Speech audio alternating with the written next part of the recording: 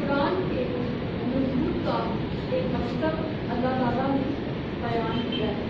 سورہ ابراہیم کی فرسٹ آیت، کتاب انزلناہ الیک لتخرج الناس من ظلمات إلى النور بإذن ربهم إلى صراط العزیز الحمید۔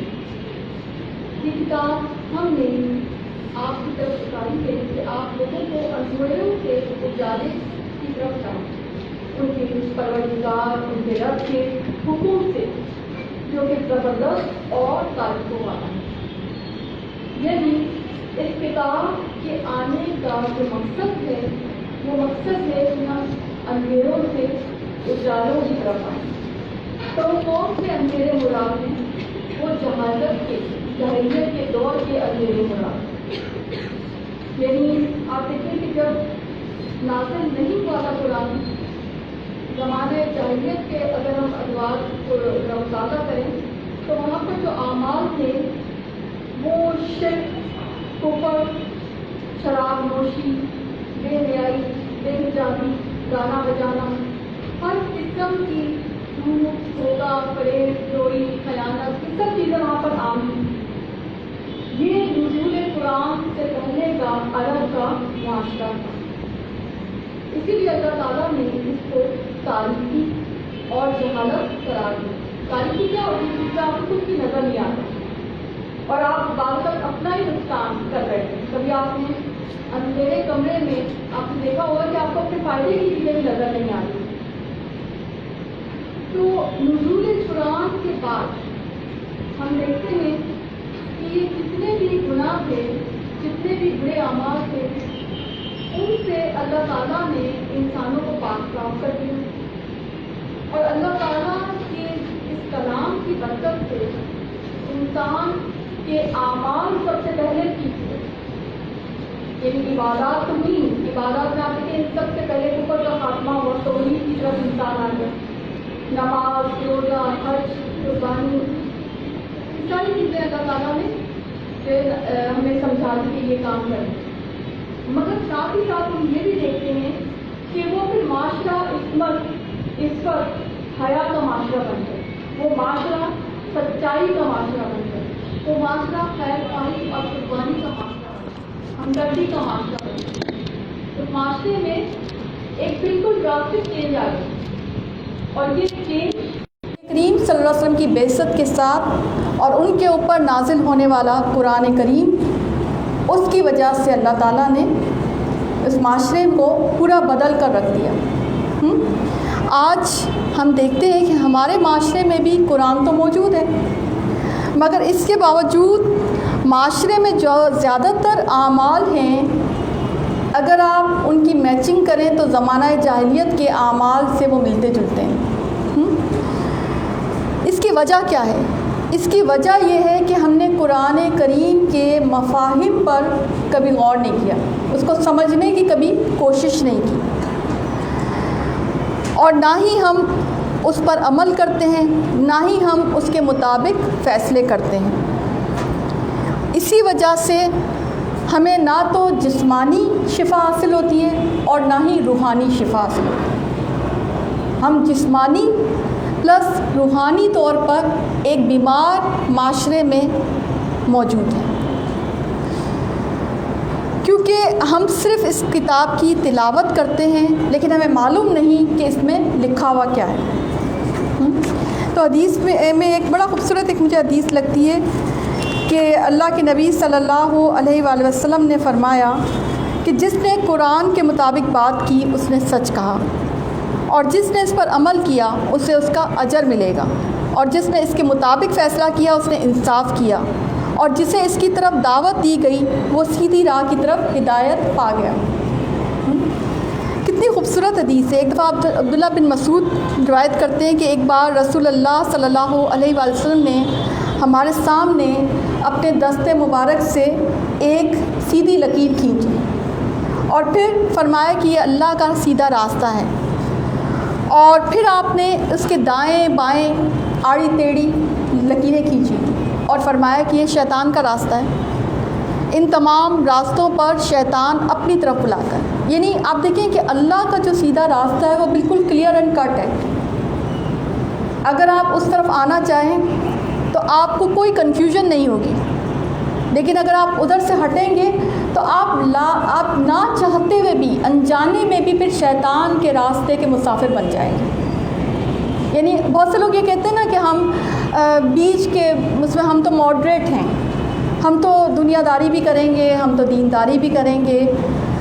آپ کو میں ایک بات بتا دوں کہ اگر آپ اللہ کے سیدھے راستے کو نہیں پکڑیں گے نا تو آپ چاہے کتنا ہی شیطان کی مذمت کر لیں، چاہے آپ جتنا بھی شیطان کے راستے سے بچنے کی کوشش کر لیں، آپ اس بچاؤ میں کامیاب ہو ہی نہیں سکتے. کیونکہ جو اللہ کا راستہ نہیں ہے نا تو وہ پھر شیطان کا راستہ ہے. اللہ کا راستہ فقط ایک ہے جو کہ نبی کریم صلی اللہ علیہ وآلہ وسلم نے بتایا، اور جس راستے پر ہمیں قرآن رہنمائی کرتا ہے. یعنی قرآن ہم سمجھتے ہیں تو ہمیں پتہ چلتا ہے کہ اللہ کے سوالوں کے جواب کیا دینے، کیسے دینے. اللہ جو سوالات ہم سے پوچھے گا اس کے سارے جوابات قرآن ہمیں دیتا ہے. ٹھیک، تو ایک تو بات یہ. پھر آپ دیکھیں کہ قرآن مجید کا جو علم ہے وہ سیکھنے والوں کے لیے، آپ کو پتہ ہے کہ زمین و آسمان کی ہر چیز، حتیٰ کہ پانی کے اندر مچھلیاں بھی دعا کرتی ہے. یہ اتنی بڑی سعادت ہے. میں ہمیشہ یہ بات بتاتی ہوں کہ کسی اور عمل کے ساتھ اللہ تعالیٰ نے اتنی بڑی بات نہیں کی کہ اس کے لیے پانی کے اندر جو موجود مچھلیاں ہیں وہ دعا کرتی ہیں. اسی طرح سے قرآن مجید کا علم سکھانے والوں کے لیے فرشتے دعا کرتے ہیں. زمین و آسمان کی ہر مخلوق دعا کرتی ہے، حتیٰ کہ چیونٹیاں اور مچھلیاں بھی دعا کرتی ہیں. اور یہاں تک آتا ہے کہ قرآن مجید کا جو علم ہے وہ سیکھنے والے کے لیے جو ہے، آپ کو پتہ ہے وہ حدیث میں اکثر سناتی ہوں، مستدرک الحاکم کی وہ حدیث ہے کہ اگر کوئی ہمارے مسجد یا مدرسے میں آئے قرآن کا علم سیکھنے کے لیے اور وہاں پر ایک پہر گزار دے تو اس کو ایک مقبول عمرے کا ثواب ملتا ہے، اور اگر وہاں پر وہ شام ہی کر دے تو اس کو مقبول حج کا ثواب ملتا ہے. اتنی بڑی سعادت. ٹھیک، تو ایک تو بات یہ سمجھ لیں. پہلی بات تو یہ میں نے آپ کو بتانا ہے کیونکہ اس کے میں 3 حصوں میں اس طرح سے بات کروں گی آج کے لیکچر کے. آج کی تھیم جو ہمارے دورہ قرآن کی تھیم ہے اس پہ بھی تھوڑا سا، کیونکہ بہت سے لوگ کہتے ہیں کہ یہ ہمیں پتہ نہیں ہے، اس کو ایکسپلین کیجیے گا، تو میں اس کو ایکسپلین بھی کروں گی کہ یہ تھیم کیا ہے.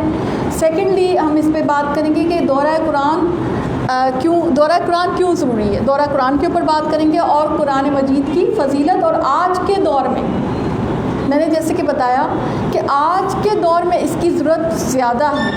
وہ اس لیے کہ آج کے دور میں فتنے زیادہ ہیں اور آج کے دور میں جہالت کا معاملہ بہت زیادہ عام ہو چکا ہے. ہم یہ بات بھول نہیں سکتے. تو اس سلسلے میں آپ کو ایک حدیث سناتی ہوں جو کہ آج کے دور پہ بڑا فٹ بیٹھتی ہے. نبی کریم صلی اللہ علیہ وسلم سے ابن عباس سے پوچھا، ابن عباس قال نزل جبریل علیہ السلام علی رسول اللہ صلی اللہ علیہ وآلہ وسلم.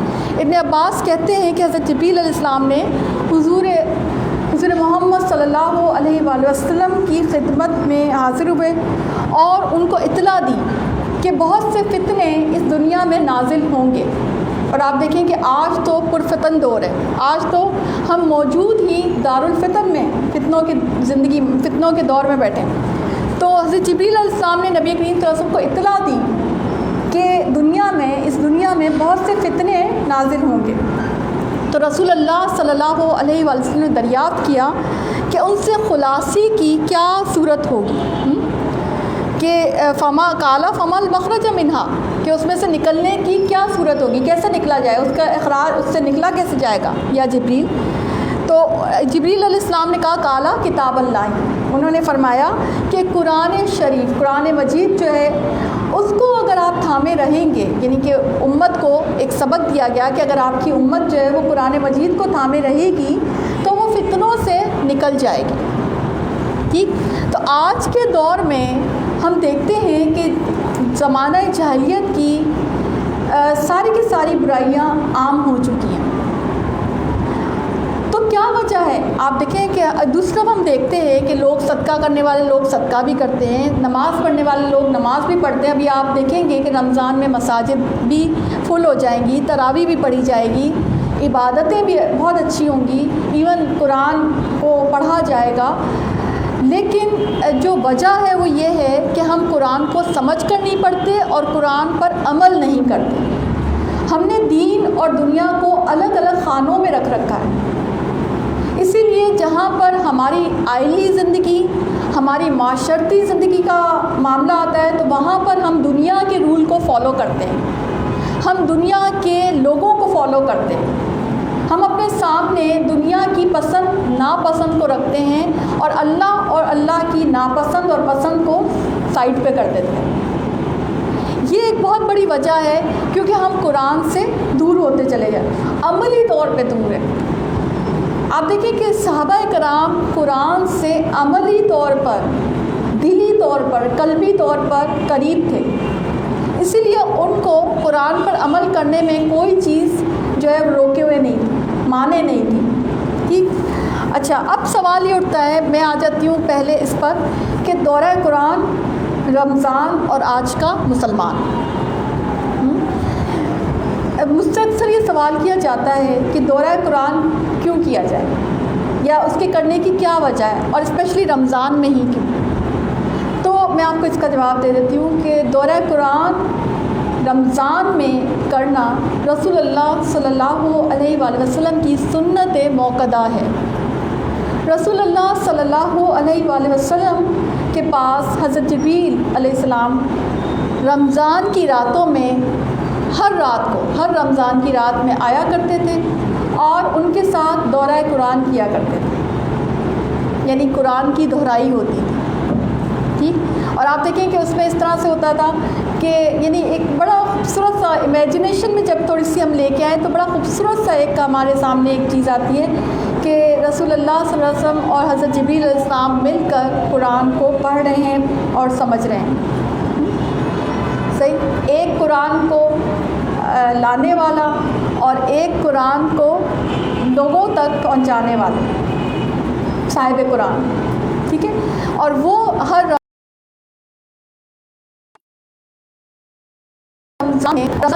کہ ایک رات یا دو رات ایسا نہیں آتا، ہر رات میں رمضان کی رات، رمضان جیسے ہی شروع ہوتا تھا ان کا دورہ قرآن بھی شروع ہو جاتا تھا۔ تو اسی سنت کی پیروی میں ہم رمضان میں دورہ قرآن کرتے ہیں۔ اللہ تعالیٰ ہم سے اس سنت کی ادائیگی کو قبول فرمائے، آمین۔ ہمارا یہی مقصد ہوتا ہے کہ ہم دورہ قرآن کریں، اور اسی لیے آپ دیکھتے ہیں کہ ہمیشہ مدرسۃ الہادی جو ہے وہ رمضان میں ہی دورہ قرآن اسٹارٹ کرتا ہے۔ ٹھیک ہے، تاکہ سنت کا جو مزہ ہے، جو شیرینی ہے، اس میں کہیں بھی کوئی کھٹاس نہ آ جائے، اس کو بالکل ایگزیکٹ اسی طرح سے ہم چاہتے ہیں، کوشش ہوتی ہے کہ ہم اسی طرح سے لے کے چلیں۔ ٹھیک ہے، اچھا اب یہ ہوتا ہے کہ دورہ قرآن آپ دیکھیں رمضان کے جو روزے فرض کیے گئے ہیں تو اس کی حکمت اللہ تعالیٰ جو ایک بتاتے ہیں وہ یہ کہ تاکہ تم میں تقویٰ قائم ہو جائے، اللہ کا ڈر، تقویٰ یعنی اللہ کا ڈر۔ ٹھیک، یہ ایک جذبہ ہے، یہ ایک کیفیت ہے کہ جس سے ہم دنیا میں رہتے ہوئے اللہ سے ڈرنا شروع ہو جاتے ہیں۔ ٹھیک ہے، یعنی ایک پریکٹس کروا کے، یعنی کھانا پینا چھڑوا کے، اور وہ بھی مخصوص ٹائمنگز کے ساتھ کہ اب یہ ٹائم ہو گیا ہے اب آپ بالکل چھوڑ دیں، اور اب ٹائم یہ ہو گیا ہے تو اب آپ جو ہے افطار کر لیں۔ تو اللہ تعالیٰ ہمیں سکھا رہا ہے کہ آپ نے کیسے اللہ کے اشاروں پہ چلنا ہے، آپ نے کیسے اپنی مرضی کو پیچھے آپ کا ہو سکتا ہے دل چاہے کہ میں تھوڑا سا اور کھا لوں، یا آپ کا ہو سکتا ہے دل چاہے کہ چلے میں اس وقت نہیں، میں تھوڑا سا بعد میں کھا لوں، لیکن اللہ تعالیٰ کہتے ہیں کہ نہیں، کھانے پینے کو بھی تم میری جو ہے مرضی کے ساتھ آپ جوڑ دیں۔ اب اس میں اللہ تعالیٰ اصل میں ہماری فطرت کو تربیت سکھا رہا ہے، ہماری فطرت کو اللہ کی پسند ناپسند کے مطابق ڈھال رہا ہے۔ روزہ جو ہے آپ کی فطرت کی تربیت، آپ کی انٹرنل روح کی تربیت، روحانی تربیت ہے آپ کی۔ ٹھیک ہے، اچھا اب آپ دیکھیں کہ تقویٰ روزے کا بھی ایک ہی حکمت بتائی گئی، اگرچہ بہت ساری ہیں مگر جو قرآن میں اللہ تعالیٰ نے وہ یہی ہے کہ تاکہ تم تقوی والے بن جاؤ۔ اچھا، اسی طرح سے آپ دیکھیں کہ قرآن کے ساتھ علم جڑا ہوا ہے، ہاں، اور علم کے ساتھ بھی تقوی جڑا ہوا ہے۔ العلم التقوی، نبی کریم صلی اللہ علیہ وسلم نے فرمایا تھا العلم التقوی۔ اور پھر تقوی کا مقام کیا ہے، یہ بھی اللہ کے نبی صلی اللہ علیہ وسلم نے فرما دیا کہ تقوی ہاں ہونا، دل کی طرف اشارہ کر کے کیا، یعنی تقوی کا جو مرکز ہے، تقوی بستا کہاں ہے، تقوی رہتا کہاں ہے، وہ دل میں رہتا ہے۔ آپ دیکھیں ہم اکثر اس بات کو سمجھنا اتنا مشکل نہیں ہے، ہم کہتے ہیں ہمارا دل نہیں چاہ رہا، ہمارا دل چاہ رہا۔ تو تقوی آپ کی، یعنی کہ آپ جب رمضان میں روزہ رکھیں گے اور دورہ قرآن کریں گے تو آپ دل کے تقوی کی ٹریننگ کریں گے، دل کو دراصل تقوی سکھائیں گے، دل کو تقوی سے آراستہ کر دیں گے۔ یہ اصل ٹریننگ ہے جو ہم جسم کی اور روح کی کر دیں گے۔ ورنہ آپ دیکھیں کہ اللہ وہ کیا مقصد ہمارے کھانے پینے کو روکنے سے، تو اللہ تعالیٰ ہمیں سکھا رہا ہے کہ آپ نے اللہ کا ڈر جو ہے وہ کس طرح سے اپنی زندگی میں داخل کرنا ہے۔ تو یہ بات امید ہے کہ سمجھ میں آئی ہوگی کہ دورہ قرآن کا اور رمضان کا اور قرآن کا اور ایک مسلمان کا، ایک مومن کا، ایک مومنہ کا کیا گہرا تعلق ہے کہ جو اللہ کے ساتھ ہمارا بن جاتا ہے، قرآن کے ساتھ بن جاتا ہے۔ اور پلس اللہ کی مدد بھی تو ہوتی ہے نا، جیسے ہی رمضان شروع ہوتا ہے اللہ تعالیٰ شیطان کو جکڑ لیتا ہے، زنجیروں میں جکڑ لیتا ہے، تو زیادہ امید ہوتی ہے کہ اب اس کا مطلب ہے کہ اور تو کوئی خارجی جو چیز جو ہمیں متاثر کرنے والی ہے یا دین سے دور کرنے والی ہے وہ تو ساری جو ہے وہ زنجیروں میں جکڑ لی گئی ہے۔ اب باقی کیا بچتا ہے، صرف نفس بچتا ہے، اس کو کنٹرول کرنا ہے، اور اس میں آپ تقوی کو ساتھ میں لگائیں گے تو آپ کا نفس خود بخود کنٹرول ہوتا چلا جائے۔ تو یہ ایک بات ہے کہ جو ہمیں سمجھنے کی ضرورت ہے، ٹھیک ہے نا۔ تو یہ ایک سمجھ آ گیا ہوگا کہ ہم، اور اسی لیے پہلے ایک دن پہلے رکھنے کا مقصد بھی ہے کہ کل سے انشاءاللہ دورہ قرآن مدرسۃ الہادی کا شروع ہو جائے گا 8:30 بجے سے انشاءاللہ۔ تو کل سے ہی اور ابھی سے آپ نیت خالص کر لیں، جو لوگ ویسے آ رہے ہیں اور جو لوگ لائیو لیں گے تو کل سے نیت خالص کر لیں کہ ہم لوگ دورہ قرآن اللہ کے لیے کر رہے ہیں، اپنی روحانی تربیت کے لیے کر رہے ہیں، اور جو ہم بھولے ہوئے ہیں، بعض اوقات ہم قرآن کو بہت ساری چیزیں ہمارے ذہن سے نکلی ہوئی ہوتی ہیں تو ہم اس کی دہرائی کر رہے ہیں، اور اس لیے ہم جو ہے سب کے سب جمع ہو رہے ہیں، تو انشاءاللہ بہت سارے اجر جمع ہو جائیں گے، ٹھیک ہے۔ انشاءاللہ اللہ سے امید ہے کہ اللہ تعالیٰ ہمیں اس کے بہت سارے اجر عطا کرے گا، اور اللہ ہمیں اچھے طریقے سے ہمیں دورہ قرآن کرنے کی ہمت اور توفیق بھی عطا کرے، آمین۔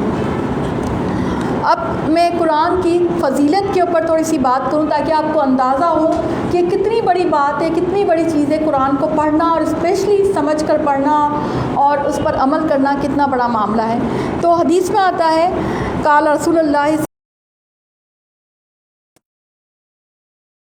صلی اللہ علیہ وسلم، تم میں سے بہتر وہ ہے، تم میں سے بہتر وہ شخص ہے کہ جو قرآن کو سیکھے اور سکھائے۔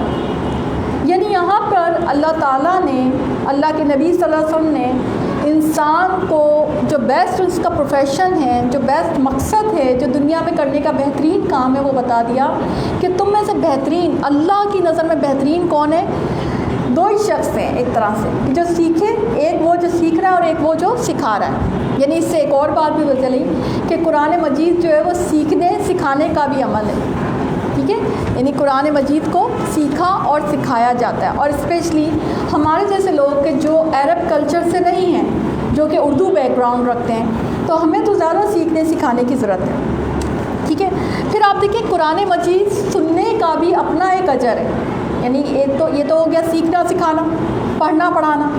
اب کچھ لوگ ایسے ہوتے ہیں، یقین کریں ایسے ہوتے ہیں واقعی، دورہ قرآن جو مجھے اکثر لوگ بتاتے ہیں کہ ہم صرف سنتے رہتے ہیں، یعنی وہ شاید میں جو جتنا میں سمجھتی ہوں کہ ان کو اتنا باریک بینی سے چیزیں سمجھ نہیں آ رہی ہوتی، لیکن وہ صرف سنتے ہیں۔ تو اس کا اجر بھی ذرا سن لیں۔ رسول اللہ صلی اللہ علیہ وسلم نے فرمایا کہ من استمع الی آیۃ من کتاب اللہ، کہ جس نے قرآن کی ایک آیت کو بھی غور سے دل لگا کر سنا، کتبت لہو حسنۃ مضاعفۃ ومن تلاها کانت لہو نور یوم القیامت.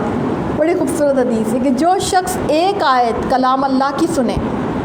اب آپ دیکھیں کہ کیا بات کہی جا رہی ہے, صرف ایک آیت کی بات ہو رہی ہے. ایک آیت بھی کلام اللہ کی جو سنے گا تو اس کے لیے 2 چند نیکی لکھی جاتی ہے, اور جو تلاوت کرے گا اس کے لیے قیامت کے دن نور ہوگا. ٹھیک ہے, تو اتنا بڑا اجر ہے کہ سننے اور سنانے کا بھی ایک بہت بڑا اجر ہے, تلاوت کرنے کا اور سننے کا ایک بہت بڑا اجر ہے.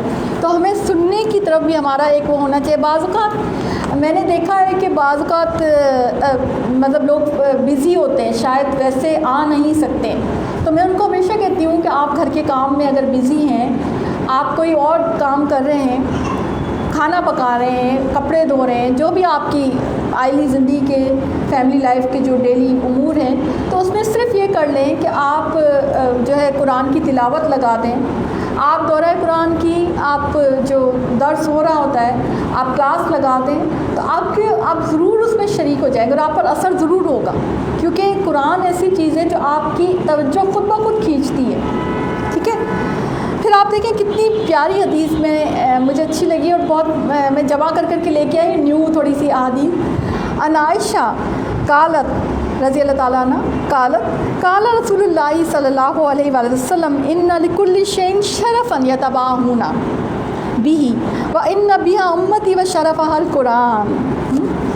رسول اللہ صلی اللہ علیہ وسلم نے فرمایا کہ ہر چیز کے لیے کوئی نہ کوئی شرافت یا افتخار ہوتا ہے. یعنی کہ اس کو سمپل کر کے اگر میں ترجمہ بتا دوں کہ ہر چیز کا کوئی نہ کوئی فخر کا ایک ذریعہ ہوتا ہے.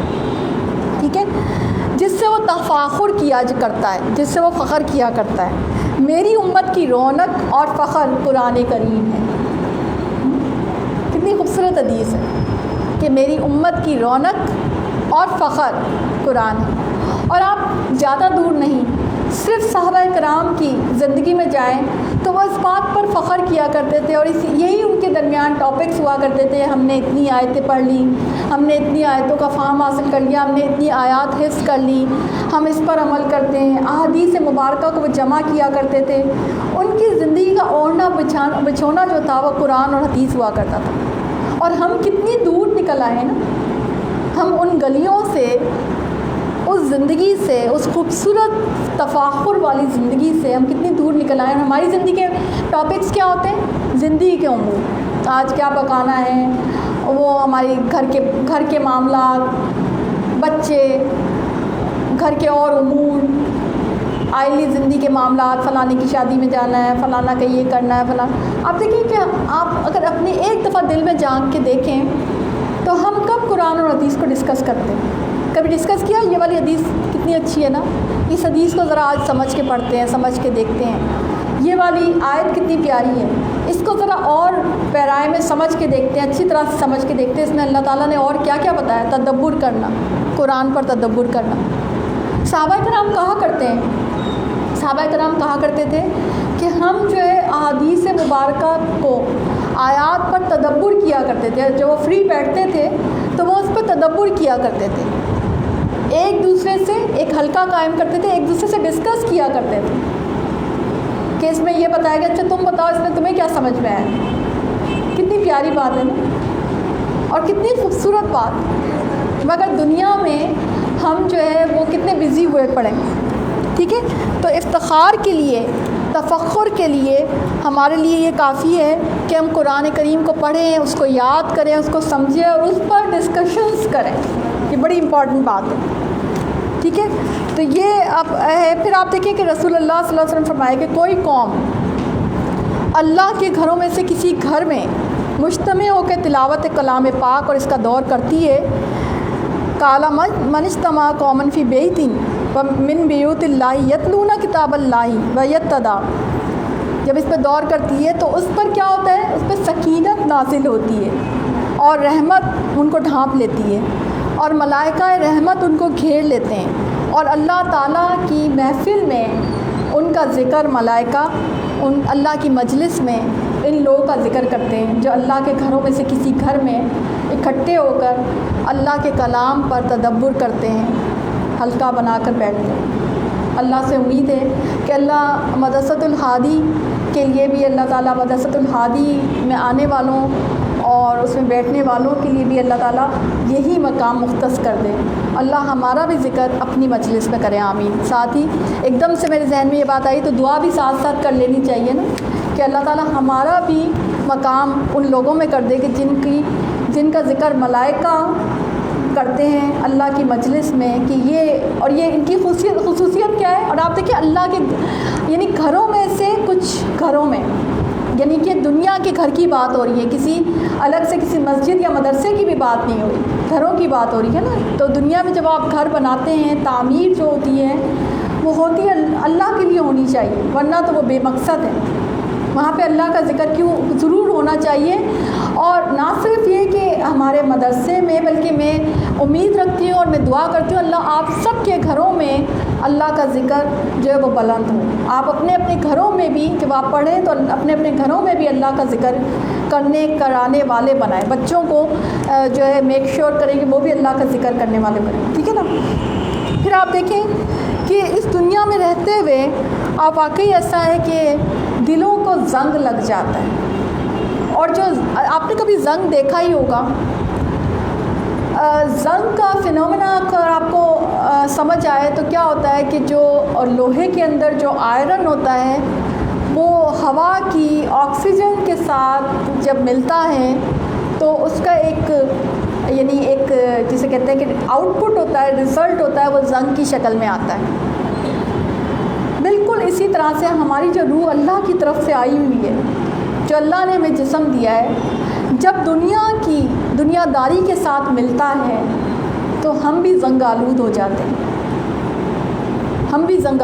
ہمارے دلوں کی بھی وہ کیفیت نہیں رہتی ہے جو قلباً سلیم اللہ نے کہا ہے کہ میرے پاس لے کے آنا۔ یہ وہی پروسیجر ہے، سائنس اس کو اس طرح بیان کرتی ہے۔ اور اگر آپ روح کی زبان میں سمجھنے والوں سے پوچھیں، اگر آپ علم کو عمل کرنے والوں سے پوچھیں تو وہ اس حدیث کو جو میں بتانے جا رہی ہوں اس کو وہ شاید ایسے ڈیفائن کریں۔ تو ابن عمر قال رسول اللہ صلی اللہ علیہ وآلہ وسلم ان حاضر قلوبی تستا، رسول اللہ صلی اللہ علیہ وسلم سے ابن عمر نے روایت کیا کہ رسول اللہ صلی اللہ علیہ وسلم نے فرمایا کہ دلوں کو بھی زنگ لگ جاتا ہے۔ تستا کہتے ہیں زنگ کو، کہ قلوب کو زنگ لگ جاتا ہے، جیسے کہ لوہے کو پانی لگنے سے، ہوا لگنے سے زنگ لگ جاتا ہے۔ آپ دیکھیں کہ زنگ اس طرح سے لگتا ہے، یعنی زنگ اس کی چیز نہیں ہوتی، لوہے پر زنگ لگنا اچھی بات نہیں ہے، لوہے کی کوالٹی ختم ہو جاتی ہے نا، تو لوہا کارآمد نہیں رہے گا، اور لوہا جب ہی کارآمد رہے گا جب وہ اپنی اصل شکل میں رہے گا۔ اور زنگ جو ہے اس کے اندر سے نہیں لگتا، باہر سے لگتا ہے۔ آپ کے دلوں کو بھی زنگ اندر سے زیادہ باہر سے لگتا ہے، دنیا داری سے لگتا ہے۔ سمجھ رہے ہیں، گہری بات ہے لیکن سمجھیں تو اچھی بات ہے۔ تو لوہے کو اللہ کے نبی صلی اللہ علیہ وسلم فرمایا کہ لوہے کو جیسے پانی سے اور ہوا سے زنگ لگ جاتا ہے، تو پوچھا کیا رسول اللہ صلی اللہ علیہ وسلم اس کی صفائی کی کیا صورت ہے؟ یعنی کہ آپ دیکھیں مثال دے کے بتا رہے ہیں نا نبی کریم صلی اللہ علیہ وسلم، تو پوچھا گیا بھائی جو دلوں کو زنگ لگ جاتا ہے، ابن عمر پوچھ رہے ہیں کہ اس کی صفائی کی کیا صورت ہے، کیسے صاف کریں ہم اس کو؟ تو آپ صلی اللہ علیہ وسلم نے دو چیزیں فرمایا کہ موت کو اکثر ذکر کرنا، کثرت ذکر الموت و تلاوت القرآن، اور قرآن کی تلاوت کرنا۔ دو چیزیں ہیں جو آپ کے قلب کو دوبارہ سے قلباً سلیم کر دیتی ہے، جو آپ کے دل کو زنگ سے پاک کر دیتی ہے۔ اور وہ کیا ہے کہ آپ جب موت کا یاد دہانی کرتے ہیں، موت کا ذکر کرتے ہیں، آپ دیکھیں ہمارے ہاں اس کو معیوب سمجھا جاتا ہے موت کا ذکر کرنا، جبکہ اصل میں تو موت کا ذکر کرنا بڑا ہی اچھا ہوتا ہے، اور میں سمجھتی ہوں کہ بڑا سعادت والی بات ہوتی ہے کہ ہم موت کو یاد کریں اور موت کا ذکر کریں گھر کے اندر، کیونکہ موت کا دیکھیں جس چیز کا ذکر کیا جاتا ہے پھر اسی کے لیے تیاری ہوتی ہے۔ تو اگر ہم موت کا ذکر کریں گے اور تلاوت قرآن کریں گے تو اللہ تعالیٰ ہمارے دلوں کو صاف کریں گے۔ آپ دیکھیں کہ دنیا میں اگر لوہے کو زنگ لگ جاتا ہے تو ریگ مال لگایا جاتا ہے، اس کے بھی ٹوٹکے ہوتے ہیں نا، تو اسی طرح سے دلوں کو جب زنگ لگتا ہے تو اس کا ریگ مال کیا ہے، اس کا ٹوٹکا کیا ہے کہ آپ موت کا ذکر کریں، موت کو یاد رکھیں کہ ابھی تو میں اس زمین کے اوپر ہوں، تھوڑی دیر کے بعد مجھے زمین کے نیچے بھی جانا ہے، اور ضرور جانا ہے مجھے۔ جو اس دنیا میں روح آئی ہے، جسم آیا ہے، اس کی موت، وہ اپنے ساتھ موت کی حقیقت لے کے آیا ہے، وہ اپنے ساتھ موت کو لکھوا کے لایا ہے، ٹھیک ہے۔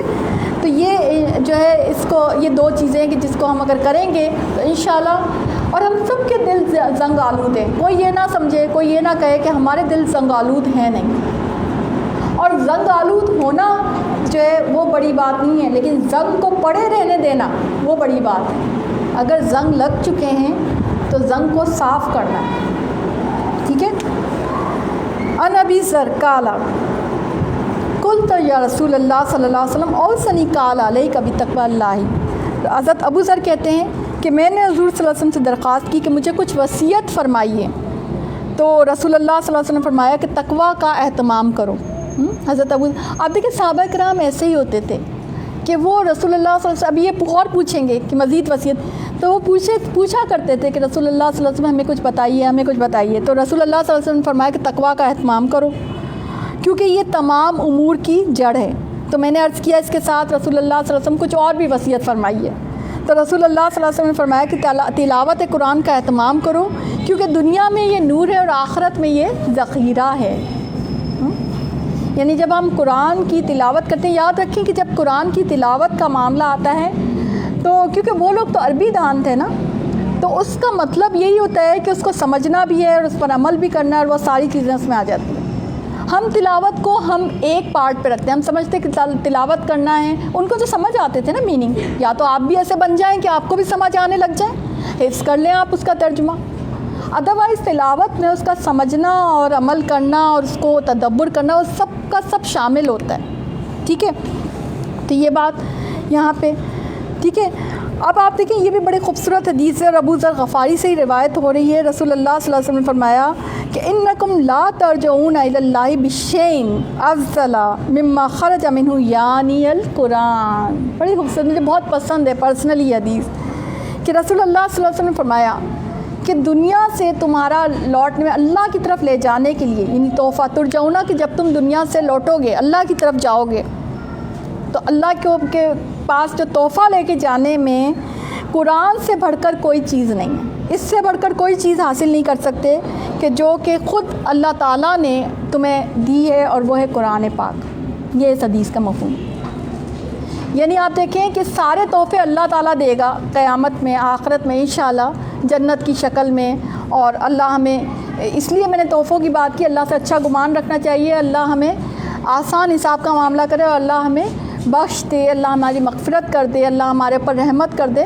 تو اس لیے میں نے یہ بات کی کہ جو سارے تحفے ہوں گے وہ تو اللہ دے گا، مگر جو ہم فقط ایک تحفہ لے کے جائیں گے یہاں سے، وہ ہے قرآن پاک۔ آئی سمجھ بات کہ قرآن پاک جو ہے وہ ہم لے کے جائیں گے تو اللہ اس سے خوش ہوگا، ٹھیک ہے، یہ ایک بات ہے، صحیح ہے۔ پھر ایک اور بہت ہی خوبصورت حدیث جو کہ مجھے بہت پسند ہے، انس قال قال رسول اللہ صلی اللہ علیہ وآلہ وسلم ان اللہ اہلین من الناس۔ حضرت انس نے رسول اللہ صلی اللہ علیہ وسلم سے روایت کی کہ بعض لوگ جو ہیں وہ اللہ کے خاص لوگ ہیں، ٹھیک ہے، بعض لوگ خاص گھر کے لوگ ہیں، خاص اللہ کے لوگ ہیں۔ تو قالوا من ہم، کہ کون ہے وہ، انہوں نے پوچھا کہ کون ہے یا رسول اللہ صلی اللہ علیہ وسلم، تو رسول اللہ صلی اللہ علیہ وسلم نے فرمایا کہ قالا اہل القرآن ہم اہل اللہ و خاصۃ۔ بڑی خوبصورت حدیث ہے، رسول اللہ صلی اللہ علیہ وسلم نے فرمایا کہ قرآن والے لوگ وہ اللہ کے خاص لوگ ہیں، اللہ کے اہل ہیں، اللہ کے جیسے اہل کس کو کہتے ہیں، فیملی، اللہ کے خاص لوگ ہیں اور وہ خواص ہیں۔ اب آپ دیکھیں خاصتاً کا لفظ بھی آ رہا ہے ساتھ ساتھ اس حدیث میں کہ وہ بڑے خاص لوگ ہیں، یعنی اہل، دو لفظ آ رہے ہیں، ایک تو اہل آ رہا ہے، اوپر سے یہ بھی آ رہا ہے کہ خاص، یعنی خصوصی لوگ ہیں وہ، جیسے ہم کہتے ہیں نا اسپیشل VIP لوگ، تو وہ کون ہیں، جو اہل القرآن ہیں۔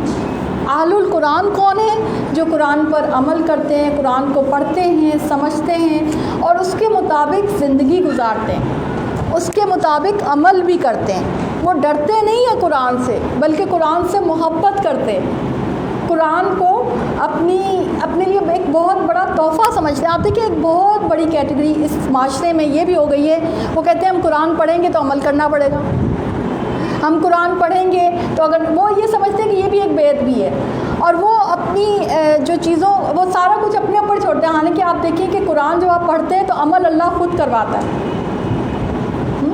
تو ہمیشہ قرآن پڑھنے اور اس پر عمل کی اللہ سے توفیق مانگنی چاہیے، ڈرنا نہیں چاہیے۔ اللہ کی کتاب ڈرنے کے لیے نازل نہیں ہوئی ہے، اللہ کی کتاب تو اس لیے نازل ہوئی ہے کہ ہم اس پر عمل کریں اور اس کو سمجھیں اور اس کو زندگی میں شامل کریں، ٹھیک ہے۔ پھر آپ دیکھیں بہت ہی اور خوبصورت ایک، اس سے پہلے آپ نے آدھی حدیث تو اکثر ہی سنی ہے، مگر اس کی مزید وہ کمپلیٹ حدیث اور آج آپ سنیں گے، حضرت ابو ذر غفاری سے ہی مروی ہے۔ وہ کہتے ہیں ان ابی ذر قال قال رسول اللہ صلی اللہ علیہ وسلم یا ابا ذر، رسول اللہ صلی اللہ علیہ وسلم حضرت ابو ذر غفاری رضی اللہ تعالیٰ عنہ کو فرمایا کہ لان تغدو فتعلم آیۃ من کتاب اللہ خیر لک من ان تصلی مئۃ رکعۃ۔ اتنی خوبصورت حدیث ہے نا کہ رسول اللہ صلی اللہ علیہ وسلم نے فرمایا کہ اے ابو ذر، اگر تو صبح کو جا کر ایک آیت کلام اللہ کی سیکھے تو 100 رکعت نوافل سے افضل ہے، 100 رکعت نوافل سے افضل ہے ایک آیت کو سیکھنا، ٹھیک ہے۔ اور آگے حدیث پڑھتی ہے، پوری حدیث سنیں۔ وَلَأَن تَغْدُو فَتَعَلَّمَ بَابًا مِنَ الْعِلْمِ عُمِلَ بِهِ أَوْ لَمْ يُعْمَلْ بِهِ خَيْرٌ مِّنْهُ أَن تُصَلِّ أَلْفَ رَكَعَةٍ۔ اس کا مطلب کیا ہے کہ اگر ایک باب علم کا سیکھ لے اور چاہے اس پر فی الحال اس وقت عمل کیا جائے یا نہ کیا جائے، یعنی کہ صرف آپ نے ابھی سیکھا ہی ہے، سیکھ کے رکھا ہے، تو وہ 1000 رکعت نفل پڑھنے سے بہتر ہے۔ سبحان اللہ، کتنی خوبصورت حدیث ہے، ابن ماجہ کی حدیث ہے۔ دورہ قرآن ضروری ہے یا نہیں ہے؟ پھر آپ بتائیں۔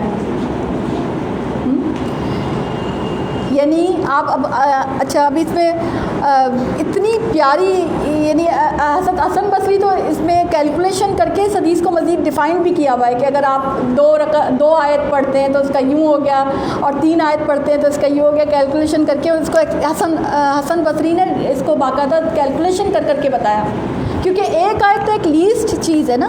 ہم جب دورہ قرآن کرتے ہیں تو کتنی ساری آیات پڑھتے ہیں، تو اب آپ ذرا اندازہ لگا لیں۔ میں صرف آپ کے اوپر ہی چھوڑتی ہوں کیونکہ میں اس کو ویژولائز بھی نہیں کر سکتی اس اجر کو، انفیکٹ آپ بھی نہیں شاید کر سکیں گے کہ اتنی ساری آیتیں ہم نے جو ہے بیٹھ کے ہم انشاءاللہ پڑھیں گے، اور پھر اس کو ہم ظاہر سمجھیں گے بھی، کیونکہ آپ دیکھیں کہ بابن علم کی بات آ گئی نا، اس کا علم بھی سیکھیں گے، ٹھیک ہے۔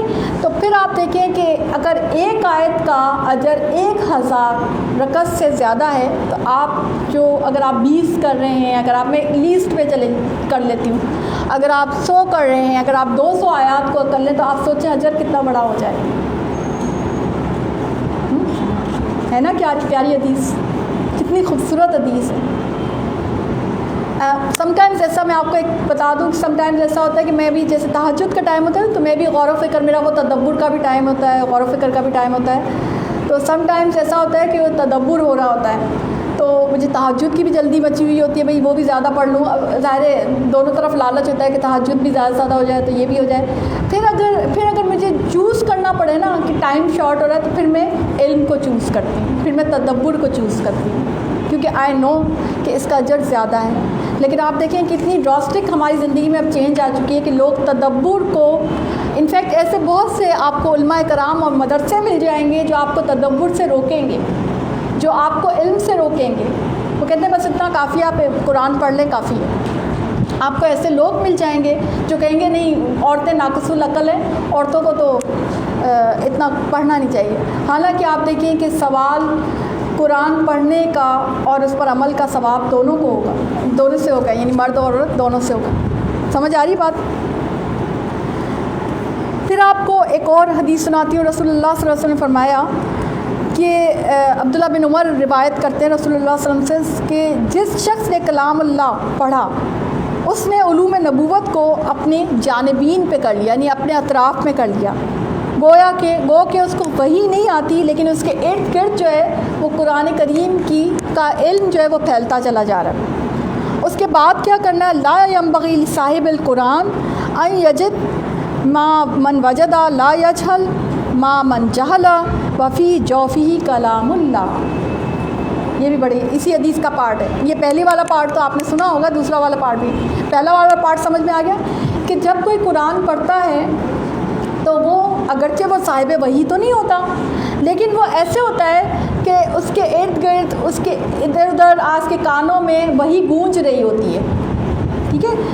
آگے ایک نصیحت بھی کی ہے اللہ کے رسول صلی اللہ علیہ وسلم نے کہ حامل قرآن کے لیے مناسب نہیں کہ وہ غصے والوں کے ساتھ غصہ کرے، اور اس کے لیے مناسب نہیں کہ وہ جاہلوں کے ساتھ جہالت کرے، حالانکہ کیونکہ اس لیے نہیں مناسب کہ اس کے پیٹ میں من جوفی، اس کے سینے میں جو ہے کلام اللہ ہے، اس کے سینے میں کلام اللہ ہے، تو اس کا جو کلام اللہ ہے جو سینے میں ہے، اس کا اثر اس کی زندگی سے، اس کے عمل سے، اس کے جذبات سے ظاہر ہونا چاہیے، اس کے احساسات سے ظاہر ہونا چاہیے۔ اس حدیث کا یہ پارٹ ہمیں نہیں پتہ تھا، یہاں تک تو میں نے حدیث سے پہلے بھی سنائی ہوئی ہے کہ کچھ درس میں کہ جب انسان کلام پڑھ لیتا ہے تو وہ ایک طرح سے اس کے ارد گرد وہی کا معاملہ ہوتا ہے، کیونکہ قرآن وہی ہے نا بھائی، تو وہی اس کے ارد گرد، اگرچہ وہ صاحب وہی نہیں ہوتا، ٹھیک ہے۔ لیکن اب آگے یہ حدیث آگے بھی بڑھتی ہے، اور اس حدیث میں یہ کیا ہے کہ جب اس نے اس کے جوف میں، جوف کہتے ہیں سینے کو، جب اس کے سینے میں قرآن اب آ ہی گیا، اللہ تعالیٰ نے اس کو توفیق دے ہی دی سمجھنے کی اور عمل کی، تو پھر اب کیا کرنا ہے اس کو کہ اس کو جہالت نہیں برتنی۔ آپ دیکھیں اکثر لوگ مجھ سے یہ سوال بڑا کرتے ہیں کہ جب ہم قرآن پڑھ لیتے ہیں، مدرسے والے ہو جاتے ہیں، تو ہم سے توقع کی جاتی ہے کہ ہم زیادہ اچھے رہیں اور وہ چاہے کچھ بھی کریں۔ تو اب آپ دیکھیں اس حدیث میں آپ سے بھی تو یہی توقع کی جا رہی ہے، آپ سے یہ توقع اللہ کے رسول بھی کر رہے ہیں صلی اللہ علیہ وسلم کہ آپ نے واقعی ایسے رہنا ہے، کیونکہ قرآن تو آپ کے دل میں ہے نا، اس کے دل میں تو نہیں ہے، تو آپ نے وہ برتاؤ کرنا ہے کہ آپ ڈفرینٹ لگیں، آپ لگیں کہ آپ صاحب قرآن ہیں، لگیں کہ آپ کے دل میں قرآن ہے، ٹھیک ہے۔ پھر آپ دیکھیں کہ کتنی خوبصورت بات کہ جو شخص قرآن پڑھے اور اس پر عمل کرے، اس کے والدین کو قیامت کے دن ایک تاج پہنایا جائے گا۔ البس والدہ تاجن یوم القیامتی، البس پہنایا جائے گا، ٹھیک ہے۔ اور وہ کیسا ہوگا، ذوی احسن من ذوی الشمس، کہ اس کی جو ذو کہتے ہیں روشنی کو، کہ اس کی جو روشنی ہے وہ آفتاب یعنی سورج کی روشنی سے زیادہ ہوگی۔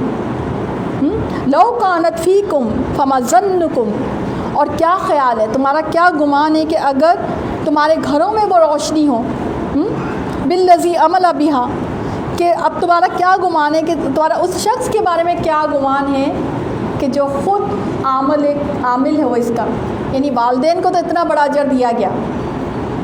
اب ایک سوالیہ انداز میں پوچھا جا رہا ہے کہ جب والدین کا اتنا اجر ہوگا تو اب ذرا بتاؤ کہ وہ جو کہ خود جو ہے وہ سورج، وہ خود جو تاج ہے، تو اس کی روشنی اور اس کے مرتبے اور اس کے درجے کا اللہ کے ہاں کیا مقام ہوگا، آپ خود اندازہ کر لیں۔ یہ اندازہ حدیث میں ہمیں لگانے کے لیے چھوڑ دیا گیا، اس میں کوئی بتایا نہیں گیا، بس یہ کہا کہ اب آپ خود اندازہ کر لیں، خود اندازہ کر لیں، ٹھیک ہے نا۔ اور ایک اور بڑی خوبصورت حدیث مجھے بڑی پسند ہے، رسول اللہ صلی اللہ علیہ وسلم سے حضرت عائشہ روایت کرتی ہیں، عائشہ قالت قال رسول اللہ صلی اللہ علیہ وسلم الماہر بالقرآن ما سفرت الکرام البررا۔ بڑا ہی خوبصورت بات، حضرت عائشہ رسول اللہ صلی اللہ علیہ وسلم کی سے نقل کرتی ہیں، روایت کرتی ہیں کہ قرآن کا ماہر ان ملائکہ کے ساتھ ہوگا، ان ملائکہ کے ساتھ ہے۔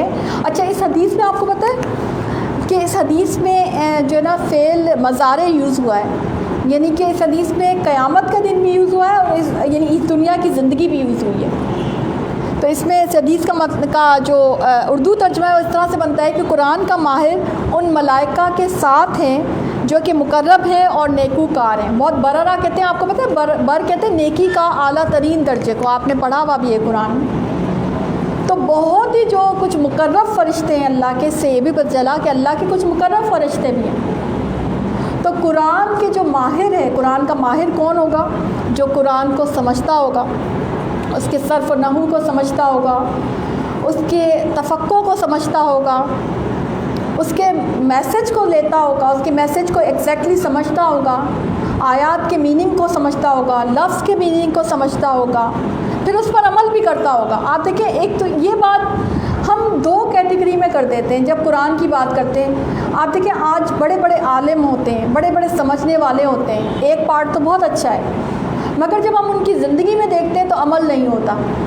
آپ دیکھیں، ہمارے یہاں کتنا بڑا ایک وہ ہے کہ حفاظ ہوتے ہیں، مگر حفاظ کی شادیاں اگر آپ دیکھیں، سوری ٹو سے مجھے یہ بات کہنی اچھی نہیں لگ رہی، مگر یہ سب ان کے لیے ہے کہ جب ہم قرآن پڑھ ہی لیں، جب اللہ نے ہمارے دلوں میں قرآن کی روشنی اتار ہی دی، اس کا علم، اس کا جو حفظ ہماری زندگی میں آ گیا، تو پھر عمل میں کیوں پیچھے ہوں؟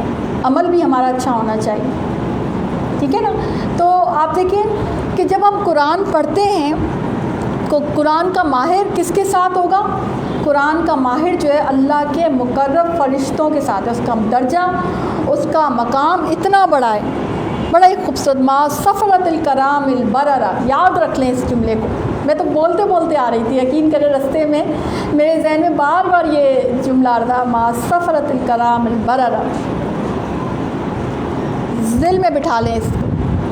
اور اس کے بعد قرآن کے ماہر بننے کے لیے اپنی تمام تر کوششیں لگا دیں کہ اللہ ہمیں، اور دعا لگا دیں کہ اللہ ہمیں بھی قرآن کا ماہر بنائے۔ یہ بہت بڑا مقام ہوتا ہے، ٹھیک ہے؟ اور پھر آپ دیکھیں کہ اس حدیث میں آگے ہے کہ جو شخص قرآن مجید کو اٹکتا ہوا پڑھتا ہے اور اس میں دقت اٹھاتا ہے، اس کو دوہرا اجر ملتا ہے، اس کا دوہرا اجر ہے پڑھنے کا، کیونکہ اس نے مشکل کر کے۔ ہمارے ہاں تو آپ دیکھیں لوگ نعوذ باللہ اس کا ایک طرح سے جوک کرتے ہیں، اس کو ایک طرح سے میمک کرتے ہیں اس کو نا، تو اٹ از ویری رانگ۔ اس کو میمک نہیں کرنا چاہیے، بلکہ اس کی جو کمزوری ہے اس کا اللہ کے ہاں بڑا مقام ہے۔ یعنی قرآن میں، قرآن پڑھتے ہوئے اگر آپ کو کوئی کمزوری، کوئی دقت محسوس ہو رہی ہے تو اللہ تعالیٰ کے ہاں وہ کوئی جرم نہیں ہے، وہ کوئی گناہ نہیں ہے، بلکہ وہ زیادہ اجر کا سبب ہے۔ کتنی بڑی، آپ دیکھیں اللہ کی باتیں کتنی پیاری ہیں، اللہ کا مزاج کتنا خوبصورت ہے۔ جس کو لوگ گناہ سمجھتے ہیں وہ اللہ تعالیٰ اس کا اجر زیادہ دے رہا ہے، ٹھیک ہے نا؟ صحیح ہے۔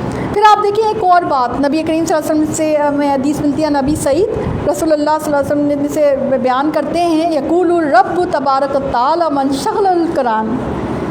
رسول اللہ صلی اللہ علیہ وسلم فرمایا، اور یہ حدیث قدسی ہے کہ اللہ تعالیٰ کہتا ہے، اللہ کا یہ فرمان ہے کہ جس شخص کو قرآن کی مشغولیت، قرآن مجید کی مشغولیت ذکر کرنے اور دعائیں مانگنے سے روک دے، یعنی وہ اتنا قرآن پڑھنے میں مشغول ہے، قرآن کا سبق یاد کرنے میں، دورہ قرآن میں، اس کا تدبر حاصل کرنے میں اتنا مشغول ہے کہ اس کو دعائیں، کیونکہ آپ دیکھیں قرآن کا ایک ہوتا ہے نا کہ ہم دعا مانگتے ہیں اس کے بعد تو قبول ہوتی ہے، تو اس کو دعائیں مانگنے کی فرصت ہی نہیں مل رہی، یعنی اس کی دعا کا جو پارٹ ہے وہ بھی قرآن ہی لے جاتا ہے۔ اور یہ اکثر و بیشتر آپ کیا کب ہوتا ہے؟ جب ہم دورہ قرآن کر رہے ہوتے ہیں، اینڈ تک گھڑی کے ساتھ ساتھ ہم اینڈ تک آیات ہی چل رہی ہوتی ہیں، اور میں سم ٹائمز میں بھی جب جا رہی ہوتی ہوں اور واپس اپنے روم میں تو کوئی تھوڑی بہت کوئی دعا یاد آ جائے تو آ جائے، ادروائز وہ بھی نہیں یاد آ رہی ہوتی۔ تو پھر اس کا مقام کیا ہے کہ جو قرآن میں اتنا مشغول ہے کہ اس کو دعائیں مانگنے کی فرصت ہی نہیں مل رہی، تو پھر اللہ تعالیٰ کیا کہتا ہے کہ اس کو میں سب دعائیں مانگنے والوں سے زیادہ عطا کروں گا۔ کتنی خوبصورت بات ہے۔ آتیتہ افضل ما آتے سائلین، میں اس سب سائلین سے زیادہ عطا کروں گا کہ جو سوال کر رہے ہیں، مگر یہ تو سوال ہی نہیں کر رہا، یہ سوال نہیں کر رہا مگر میری کتاب میں گم ہے، میری کتاب میں مشغول ہے، تو میں اس کو اس کی اب دیکھیں کہ اللہ کا کتنا گہرا رشتہ ہے نا قرآن پڑھنے والے سے، کہ وہ جو مانگنا چاہ رہا، اس نے ہو سکتا ہے کہ سوچا ہو کہ میں پڑھ لوں گا تو میں یہ مانگوں گا، مگر وہ مشغول اتنا ہے، وہ لگا ہوا اتنا زیادہ، جتا ہوا اتنا زیادہ ہے اس قرآن پڑھنے پڑھانے میں، سمجھنے سمجھانے میں، کہ اس کو دعائیں بھول گئی۔ تو اللہ تعالیٰ کہتا ہے کہ مجھے تو پتہ ہے نا اس کے دل میں کیا دعا تھی، تو میں اس کو اس سے زیادہ عطا کروں گا جو وہ مانگ کر لیتا یا اور لوگ مانگ کر لیتے ہیں، ٹھیک ہے؟ تو کتنی پیاری بات نبی کریم صلی اللہ علیہ وسلم نے فرما دی نا، ٹھیک ہے نا؟ پھر آپ دیکھیں کہ نبی کریم صلی اللہ علیہ وسلم نے فرمایا کہ عقبہ بن عامر کہتے ہیں کہ نبی کریم صلی اللہ علیہ وسلم تشریف لائے، ہم لوگ صفہ میں بیٹھے ہوئے تھے، آپ نے فرمایا کہ تم میں سے کون شخص اس کو پسند کرتا ہے اللہ صبح بازار بطحان یا عقیق میں جائے، بازار کے نام ہے یہ، اور وہاں پر 2 اونٹنیاں عمدہ لے کے آئے اور بغیر کسی گناہ اور قطع رحمی کے لے آئے، یعنی کہ تمہیں انعام میں ایک طرح سے مل جائے۔ تو صحابہ کرام نے کہا کہ ہم تو سب ایسا چاہیں گے، ہر شخص یہ پسند کرے گا۔ تو رسول اللہ صلی اللہ علیہ وسلم نے فرمایا کہ مسجد میں جا کر 2 آیتوں کا پڑھنا پڑھانا، اس کا علم سیکھنا جو ہے 2 اونٹنیوں اور 3 آیتوں کا 3 اونٹنیوں سے، اسی طرح 4 کا 4 سے افضل ہے اور ان کے برابر اونٹوں سے افضل ہے۔ اب آپ دیکھیں رسول اللہ صلی اللہ علیہ وسلم کا طریقہ تعلیم دیکھیں کہ دنیا کی چیزوں سے مثال دے کر قرآن کا اجر جو ہے اس کی ترغیب بھی دی گئی اور آپ کو سمجھایا گیا کہ آپ ان چیزوں کو زیادہ جو ہے اگر آپ سمجھتے ہیں تو اس سے زیادہ یہ اجر والی بات ہے، لیکن یہ تعلیم کا انداز ہے نا، ہمیں یہ بات سمجھنی چاہیے، ٹھیک ہے نا۔ تو یہ ہے، اور آپ دیکھیں وہ حسد والی حدیث بھی ہے کہ حسد 2 شخصوں کے سوا کسی پر جائز نہیں ہے، ایک وہ کہ جس کو اللہ تعالیٰ نے قرآن کی تعلیم عطا کی اور وہ اس تعلیم کو پھیلاتا ہے، اس سے فیصلے کرتا ہے، اور دن رات وہ اس میں مشغول رہتا ہے، دوسرا ہے کہ جس کو مال کی کثرت عطا کی اور وہ دن رات اس کو خرچ کرتا ہے۔ اچھا، دونوں میں بانٹنے کی آپ دیکھیں گے کہ بانٹنے کا معاملہ آتا ہے، یعنی کہ قرآن اگر کسی کو عطا ہوا ہے تو اس کو نہ صرف یہ کہ پڑھنا ہے پڑھانا ہے بلکہ اس کے مطابق فیصلے بھی کرنے ہیں، ٹھیک ہے۔ اور اچھا، اس میں 2-3 حدیثیں آتی ہیں، ایک میں آتا ہے کہ اس کے مطابق حکم کرتا ہے، فیصلے کرتا ہے، ایک میں آتا ہے کہ اس کو وہ بانٹتا ہے، سکھاتا ہے، ٹھیک ہے۔ تو وہ ساری حدیثوں کا مفہوم میں یہاں پہ بیان کر رہی ہوں۔ تو اس میں یہ کہ تقسیم بھی ہے کہ اگر آپ کو ایک آیت بھی پتہ ہے تو اگر ایک آیت بھی مجھ سے سیکھو تو اس کو آگے بیان کر دو، اور اللہ تعالیٰ اس کو خوش خرم رکھے جو ہم سے حدیث سیکھے اس کو آگے بیان کرے، نبی کریم صلی اللہ علیہ وسلم کی دعا بھی ہے، ٹھیک ہے نا۔ تو یہ ہمیں اس میں پتہ چلا، اور آپ دیکھیں کہ جو ایک علم کی راستے پہ چلتا ہے اللہ اس کے لیے جنت کا راستہ آسان کر دیتا ہے، یہ حدیث میں آتا ہے نا، ٹھیک ہے نا۔ آپ دیکھیں جنت کا راستہ ہے مشکل، اور اس موضوع پہ وہ جو کلپ ڈالا ہوا ہے نا وہ بڑا خوبصورت، اس پوری اس حدیث کی ایکسپلینیشن جو ہے نا وہ بہت خوبصورت، وہ کلپ جو ڈالا تھا جنت کے راستے والا، تو برائے مہربانی ضرور وہ کلپ ذرا سن لیجیے گا، اس میں نے ایکسپلین کیا ہے کہ یہ راستہ آسان ہوتا کیسے ہے، اس حدیث کو تھوڑا سا میں نے ایکسپلین کیا ہے۔ مختصراً بتا دوں کہ جب آپ قرآن پڑھتے ہیں نا، جب آپ علم کے راستے پہ چلتے ہیں تو جنت کا راستہ ایسے آسان ہوتا ہے کہ آپ کو وہ باتیں سمجھ آنے لگتی ہیں۔ اگر کوئی پابندی بھی لگ رہی ہے نا آپ کے اوپر تو وہ پابندی بھی آپ کو سمجھ آ جاتی ہے، علم کے ساتھ وہ پابندی سمجھ میں آتی ہے کہ یہ پابندی میرے فیور میں ہے، میری بہتری کے لیے۔ مثلاً ہو سکتا ہے کہ کسی کو پردہ پابندی لگے، تو جب وہ علم حاصل کرے گا نا اور پردے سے متعلق علم حاصل کرے گا تو اس کو سمجھ آئے گا کہ پردہ تو عین میرے فیور کے لیے، میری حفاظت ہے، میرے فائدے کی چیز ہے، ٹھیک ہے نا۔ گناہوں کو چھوڑنے کا معاملہ جو ہے، گناہوں کے معاملے میں جب وہ علم حاصل کرے گا کہ یہ گناہ چھوڑنا ہے، یہ گناہ چھوڑنا ہے، وہ گناہ چھوڑنا ہے، یہ برائی چھوڑنی ہے، تو علم کے ساتھ جب وہ حاصل کرے گا، جب علم کے ساتھ تدبر کرے گا تو اس کو سمجھ آئے گا یہ سارا کا سارا میرا بینیفٹ ہے۔ آپ دیکھیں کہ قرآن کو اللہ تعالیٰ نے انسان کے بینیفٹ کے لیے نازل کیا ہے، قرآن انسان کے لیے، فائدے کے لیے، اس میں اللہ تعالیٰ کا کوئی فائدہ نہیں ہے، اصل میں تو اللہ تعالیٰ نے ہمارے فائدے کے لیے ساری چیزیں کی ہیں، ٹھیک ہے نا۔ تو یہ وہ بات ہے کہ جو کہ میں نے آپ کو سمجھائی ہے۔ تو پھر آپ دیکھیں کہ قرآن پڑھنے والا، آپ دیکھ قرآن کی سفارش والی تو وہ حدیث بتاؤں نا آپ کو، جو میں اکثر بتاتی ہوں، مجھے بہت پسند ہے۔ آپ کو پتہ ہے قرآن سفارش کرے گا اپنے بندے کی، روزہ بھی سفارش کرے گا اور روزے کی بھی سفارش قبول کی جائے گی، قرآن بھی سفارش کرے گا قرآن کی، لیکن قرآن کی سفارش کا ذرا الگ سے حدیث میں جو ہے نا ڈیٹیل آتی ہے کہ جب وہ حاضر ہوگا قرآن پڑھنے والا، سمجھنے والا، اس میں وقت لگانے والا، تو وہ اللہ تعالیٰ سے کہے گا کہ اللہ تعالیٰ اس کو جنتی زیور عطا کر، اللہ اس کو جنتی زیور عطا کرے گا۔ وہ جو قرآن پڑھنے والا ہے اس کے بارے میں قرآن سفارش کرے گا، پھر وہ قرآن سفارش کرے گا اللہ تعالیٰ سے جنتی لباس عطا کر، جنتی حلہ عطا کر، اللہ اس کو جنتی حلہ عطا کرے گا۔ پھر قرآن سفارش کرے گا اس پڑھنے والے کے لیے، اپنے پڑھنے والے کے لیے، کہ اللہ تعالیٰ تو اس سے راضی ہو جا، اللہ اس سے راضی ہو جائے گا، اور اللہ اس سے کہے گا کہ تو جنت کے درجے عبور کرتا جا، قرآن پڑھتا جا، جہاں پہ تو ٹھہرے گا تیری تلاوت ٹھہرے گی، وہی تیرا جنت میں مقام۔ سبحان اللہ۔ اتنا بڑا مقام ہے نا، ٹھیک ہے نا. تو یہ بات ہے کہ اگر ہم قرآن کے ساتھ جڑتے ہیں تو اللہ تعالیٰ ہماری مدد کرتا ہے، ہماری دنیا بھی سنورتی ہے، ہماری آخرت بھی سنورتی ہے. نبی کریم صلی اللہ علیہ وسلم نے فرمایا کہ جو شخص علم طلب کرتا ہے یہ کفارہ بن جاتا ہے ان گناہوں کا جو اس نے اس سے پہلے کیے. یعنی علم کے راستے، قرآن کے علم کے راستے کا جو مسافر ہوتا ہے تو اس کے گناہ جو ہیں وہ ختم ہوتے چلے جاتے ہیں آٹومیٹیکلی. یعنی علم بھی ہم نے دیکھے اور کفارے پڑھے ہیں نا، کفارے پڑھے، روزوں کا کفارہ ہوتا ہے، کوئی آپ نے قسم جو ہے توڑ دی غلطی سے صحیح ہے تو اس کا کفارہ ہوتا ہے. کفارے کا مطلب سمجھتے ہیں نا آپ، ٹھیک ہے نا. کوئی آپ نے غلطی کر لی، قربانی کا معاملہ ہے، آپ کا حج کا معاملہ ہے، کوئی آپ سے غلطی ہوگی تو غلطی کا معاملہ کیا ہوتا ہے کہ کفارے ہوتے ہیں. وہ کفارے آپ کو دنیا میں دینے پڑتے ہیں، ٹھیک ہے نا. لیکن علم کا معاملہ ایسا ہے کہ اگر آپ صرف فقط ایک کام کریں، آپ علم کے راستے پہ چلنا شروع ہو جائیں، آپ فقط ایک اللہ سے معاہدہ کریں کہ اللہ کی کتاب کے طالب علم بن جائیں، تو پھر اللہ کیا کرتا ہے؟ اللہ اس طالب علمی کو آپ کے گناہوں کا کفارہ خود بخود بنا دیتا ہے. یہ ہے اس حدیث کا مطلب. یعنی آپ تو علم حاصل کر رہے ہیں مگر اس علم کے نتیجے میں جہاں آپ کو اور بہت سارے جو ہے درجات مل رہے ہیں، ثواب مل رہے ہیں، وہاں ایک اور چیز مل رہی ہے، وہ یہ کہ آپ کی جو پچھلی زندگی کے گناہ ہیں تو وہ اللہ تعالیٰ ان کو نہ صرف یہ کہ معاف کر رہا ہے بلکہ ان کا کفارہ خود بخود ادا ہو رہا ہے. اتنی بڑی حدیث ہے. اور رسول اللہ صلی اللہ علیہ وسلم فرمایا کہ جس شخص کو علم تلاش کرتے ہوئے موت آئی تاکہ اس علم کے ساتھ اسلام کو زندہ کرے تو اس کے درمیان اور انبیاء کے درمیان جنت میں صرف ایک درجے کا فرق ہوگا. یعنی اس میں ایک تنبیہ ہے. وہ تنبیہ کیا ہے کہ علم جب آپ حاصل کرنے جا رہے ہوں تو آپ کی نیت درست ہونی چاہیے، اور نیت یہی والی ہونی چاہیے کہ میں اس سے اسلام کو زندہ کروں. اسلام کو زندہ کیسے ہوگا؟ جو ہمارا موٹو ہے، جو ہمارا سلوگن ہے کہ اوریجنل دین کو آپ عام کریں. اسلام تو وہی تھا نا جو کہ نبی کریم صلی اللہ علیہ وسلم نے پھیلایا تھا، جو کہ اس دور میں مکہ اور مدینہ میں پھیلا تھا، ٹھیک ہے.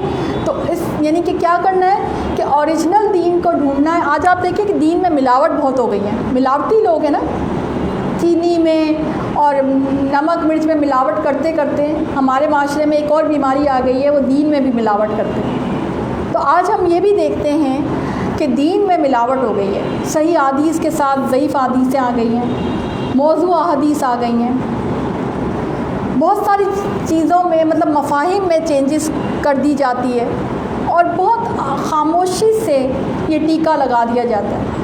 بہت خاموشی سے زہر جو ہے آپ کے معاشرے میں پھیل رہا ہے. تو کچھ لوگ ایسے ہونے چاہیے جو اپنے آپ کو فوکس کریں کہ نہیں، ہم صرف اوریجنل دین کو ہی عام کریں گے. یہی اس حدیث کا مطلب ہے کہ جو علم حاصل کرے اور اس نیت سے کرے، اس کا مقصد یہ ہو کہ میں اس کے ساتھ اسلام کو زندہ کروں گا. تو اسلام کون سا والا تھا؟ اسلام تو وہی تھا نا جو کہ نبی کریم صلی اللہ علیہ وسلم لے کے آئے تھے. تو اس میں جو جو چیزیں ختم ہوتی گئی ہیں، جو کھڑکیاں کھول دی ہیں بدعات کی، ان بدعات کی کھڑکیوں کو بند کروں گا، اسلام کو نئے سرے سے زندہ کروں گا. انہی چیزوں کو دوبارہ سے بتاؤں گی کہ جو اس زمانے میں عام ہوئی تھی. کمپرومائز نہیں کروں گی. میں اس دنیا کو ملا کر کوئی میں ایسا کھیل نہیں کروں گی کہ جس سے دین بھی مذاق بن جائے. یہ ایک بہت بڑی کمٹمنٹ ہے، یہ ایک بہت بڑا معاہدہ. یہ حدیث نہیں ہے خالی، یہ حدیث ایک معاہدہ ہے جو آپ کا اور آپ کے اللہ کے درمیان ہے کہ جو علم حاصل کرے اس نیت کے ساتھ کہ میں اس کے ذریعے سے اسلام کو زندہ کروں گی. سب اپنا اپنا معاہدہ کریں اللہ سے کہ ہاں میں قرآن کا، حدیث کا علم حاصل کروں گی اور اس کے ذریعے سے اسلام کو زندہ کروں گی. اپنے کمپرومائزز پیش نہیں کروں گی، اپنی مجبوریاں پیش نہیں کروں گی. صحابہ کرام ایسے ہی لوگ تھے، وہ دین کو اپنے اوپر لاگو کرتے تھے، اپنے آپ کو دین پر لاگو نہیں کرتے تھے. فرق ہے نا اس میں. وہ دین کی پابندیوں کو ایکسیپٹ کرتے تھے، وہ دین کو لباس کے طور پہ اختیار کرتے تھے، وہ وہ دین کے رنگ میں رنگ جاتے تھے، صبغت اللہ کا رنگ ان کے اوپر چڑھا ہوا نظر آتا تھا، محسوس ہوتا تھا ان کی شخصیات سے۔ تو آج اگر ہم بھی یہ معاہدہ کرتے ہیں کہ ہاں، اور آپ کو پتہ ہے مدرسۃ الہادی کا سلوگن یہی ہے، ہمارا تو اللہ سے معاہدہ یہ ہے کہ ہم اوریجنل دین کو اسپریڈ کریں گے، اوریجنل دین کو عام کریں گے۔ تو اگر ہم آج یہ کرتے ہیں تو پھر اللہ تعالیٰ نے کیا کہا ہے کہ اس کے اور انبیاء کے درمیان جنت میں صرف 1 درجے کا فرق ہوگا، جنت کے 100 درجے ہیں اللہ نے بتایا ہے۔ تو اس کے اور کتنا بڑا مقام ہے کہ آپ یہ عمل کر کے جنت کے اعلیٰ درجوں تک پہنچ جائیں، ٹھیک ہے۔ تو اللہ ہمیں عمل کی توفیق عطا کرے۔ اور میں مختصراً جو ہماری تھیم ہے اس کے اوپر بات کر دوں کہ تھیم ہماری جو اس سال کے جو دورہ قرآن ہے اس کی ہے حب اللہ تعالی، حب ذکر اللہ۔ یہ ایک حدیث ہے، ایک مرفوع حدیث ہے، صحیح حدیث ہے، رسول اللہ صلی اللہ علیہ وسلم سے مروی ہے، علامت حب اللہ تعالی حب ذکر اللہ و علامت بغض اللہ بغض ذکر اللہ۔ یہ حدیث ہے۔ اس حدیث کا مطلب یہ ہے کہ اللہ تعالیٰ کی محبت کی علامت ذکر اللہ سے محبت ہے، اور یہاں پر ذکر اللہ سے مراد ہے قرآن۔ اللہ کا جو کلام ہے نا، اس کا ایک نام ذکر اللہ بھی ہے، کہ اللہ تعالیٰ کی محبت کی علامت ہے قرآن سے محبت، اور اللہ سے بغض کی علامت ہے اس کے ذکر یعنی اس کی کتاب سے بغض۔ یعنی اللہ کے بندے سے محبت کے آگے ایک بندہ قرآن سے محبت کرتا ہے، اور اللہ تعالیٰ کی بندے سے بغض کی علامت یہ ہے کہ وہ قرآن سے محبت نہیں رکھتا۔ یعنی اگر آپ قرآن سے محبت نہیں رکھتے، اور قرآن سے محبت سے مراد صرف یہ نہیں ہے کہ آپ اس کو طاق میں رکھیں اور بہت بلند درجے پہ رکھیں۔ قرآن سے محبت کا مطلب یہ ہے کہ اس کے حق کو حق جانیں اور اس کو اپنی زندگی پر نافذ کریں، ٹھیک ہے۔ قرآن مجید سے محبت دراصل اللہ تعالیٰ سے محبت کی علامت ہے۔ آپ دیکھیں فطرتاً بھی انسان کو جس سے محبت ہوتی ہے اس کا کلام سننا اچھا لگتا ہے، اس کی باتیں کرنا اچھا لگتا ہے، اس کو فون کرنا اچھا لگتا ہے، اس کو ڈسکس کرنا اچھا لگتا ہے، اس سے ملنا جلنا اچھا لگتا ہے۔ یہ فطرت میں ہے نا، محبت اور محبت کا علامت، محبت اور محبت کا اظہار، ٹھیک ہے، یہ انسان کی فطرت میں ڈالا گیا ہے۔ آپ دیکھیں، آپ اپنے بچوں سے محبت کرتے ہیں تو دل کی محبت آپ دیکھیں آپ کے ظاہر پہ آتی ضرور ہے، آتی ہے نا۔ کوئی ماں یہ کہہ سکتی ہے کہ محبت کرتی ہوں تو ظاہر میں آئے نہیں۔ آپ کی محبت اگر آپ کسی کو نہیں بھی بتائیں گے نا تو آپ کی محبت کا اظہار کوئی اگر ان نون پرسن بھی بیٹھا ہوگا اس کو پتہ چل جائے گا یہ واقعی اس کی ماں ہے، آپ کا اظہار ہی ایسا ہوگا، ٹھیک ہے نا۔ تو اسی طرح سے ایک مومن، ایک اللہ سے محبت کرنے والا انسان، وہ اپنی محبت کو کیسے ظاہر کرتا ہے؟ جب وہ قرآن سے محبت کرتا ہے، ٹھیک ہے۔ سیدنا عبداللہ بن مسعود سے روایت ہے کہ جو شخص اپنے متعلق جاننا چاہے کہ اسے اللہ اور اس کے رسول صلی اللہ علیہ وسلم سے کس قدر محبت ہے تو وہ دیکھ لے کہ اگر اس کے پاس قرآن مجید کی محبت ہے تو وہ اللہ اور رسول صلی اللہ علیہ وسلم سے محبت کرتا ہے۔ کتنی پیاری بات بتائی، یعنی ہم اپنے اندر جج کریں کہ واقعی ہم اللہ کی کتاب سے محبت کرتے ہیں، تو اگر ہم محبت کرتے ہیں تو پھر ٹھیک ہے، ڈن، آپ کی محبت ایکسیپٹیبل ہے اللہ کے ہاں عرش پر، ٹھیک ہے۔ ابو سعید احمد بن عیسیٰ خراز فرماتے ہیں کہ جو اللہ تعالیٰ سے محبت کر رکھتا ہے وہ اس کے کلام سے بھی محبت رکھتا ہے اور اس کی تلاوت سے کبھی سیر نہیں ہوتا۔ سفیان بن عینیہ رحمۃ اللہ علیہ مروی کرتے ہیں کہ تم اس وقت دین کی چوٹی پر پہنچو گے جب اللہ تعالیٰ سے محبت کرو گے، اور اللہ سے محبت اسی صورت میں ہوگی جب قرآن مجید سے محبت کرو گے۔ کتنی پیاری بات بتائی نا۔ آپ دیکھیں کہ ہمارے اندر کتنا ڈفرینس آ چکا ہے نا۔ ہم سمجھتے ہیں کہ ہم اس وقت دین کی چوٹی پہ پہنچیں گے جب ہمیں سارے جو ہے نا یعنی پورا قرآن کا کورس کر لیں گے، سند حاصل کر لیں گے، ہمیں حرف بہ حرف آ جائے گا اور ہمیں گرامر سمجھ میں آ جائے گی، ہم جو ہے نا 2-3 ڈگریاں لے لیں گے، یا ہم کوئی بھی ہم جو دنیاوی جو ترقی کے مقام ہیں، یا ہم جو دنیاوی لحاظ سے جو کوئی ہمیں دیتا ہے نا کامیابی کے سرٹیفکیٹ، ہم اس کو جو اس پیمانے میں رکھتے ہیں کہ ہم دین میں بہت آگے بڑھ گئے. مگر آپ دیکھیں کہ سفیان بن عیینہ تو کچھ اور ہی کہہ رہے ہیں کہ دین پہ چوٹی پر پہنچنا کیا ہے کہ تم اللہ سے محبت کرو. یعنی آپ نے ساری کتابیں پڑھ لی، آپ نے پورا دین کا کورس کر لیا، پوری حدیث آپ نے سمجھ لی، صحیح بخاری کا بھی کورس کر لیا، لیکن آپ جو ہے اللہ سے محبت ہی نہیں کر سکے، آپ قرآن سے محبت کرنا نہیں سیکھے، تو آپ نے کیا سیکھا؟ دس از واٹ جو آپ لوگوں نے وہ ڈالا بھی تھا کہ مدرسۃ الہادیہ آپ کو کچھ اور سکھائے نہ سکھائے مگر اللہ سے محبت کرنا سکھا دے گا.